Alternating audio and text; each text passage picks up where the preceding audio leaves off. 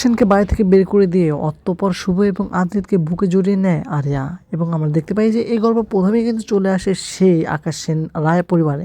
তখনই কিন্তু এসে বলতে থাকে যে মোহনা তুই কোথায়? মোহনার নিচে এসে বলে দাদা তুই এসেছিস, আজকে কিন্তু তোর সব খেলা কিন্তু শেষ হয়ে যাবে। তখন কিন্তু সে আকাশ সেন আকাশ থেকে ভেঙে পড়ে। তখন বলে কি বলছিস? বলছি আজকে তোর যে সাজা রয়েছে সেটা কিন্তু আমরা সবাই দেবো। তখন আদ্রিত এসে এগিয়ে এসে বলে আমার স্ত্রী কোথায়? তুই আমার মেয়েকে নিয়ে আসলে পালিয়েছিস।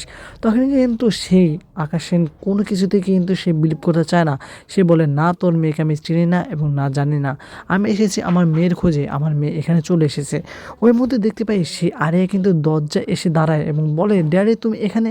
তখন কিন্তু সবাই অনেক অবাক হয়ে যায়। তারপর শুভ আর আদ্রিত ভাবতে থাকে তার মানে এই আরিয়া হচ্ছে আমাদের হারিদার স্ত্রী। তখনই কিন্তু আমরা দেখতে পাই সে কিন্তু বারবার জিজ্ঞেস করছে এই মেয়ে তুমি কোথায় থেকে পেলে। মোহনার কোনো প্রশ্নে কিন্তু উত্তর দিচ্ছে না আকাশ সেন। সে কিন্তু বারবার কিন্তু অন্যদিকে নিয়ে যাচ্ছে কথা। এবং আরিয়া কিন্তু বারবার জিজ্ঞাসা ড্যাডি তুমি এখানে কিভাবে আসলে, আর আমি তো তোমাকে আসতে বলিনি।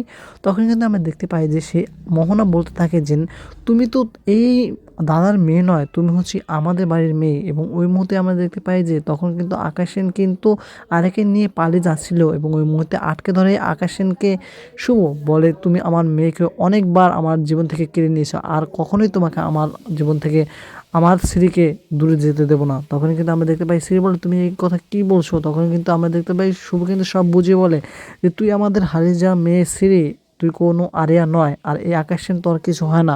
তোর আসল মা বাবা হচ্ছে আমি এবং আদ্রিত।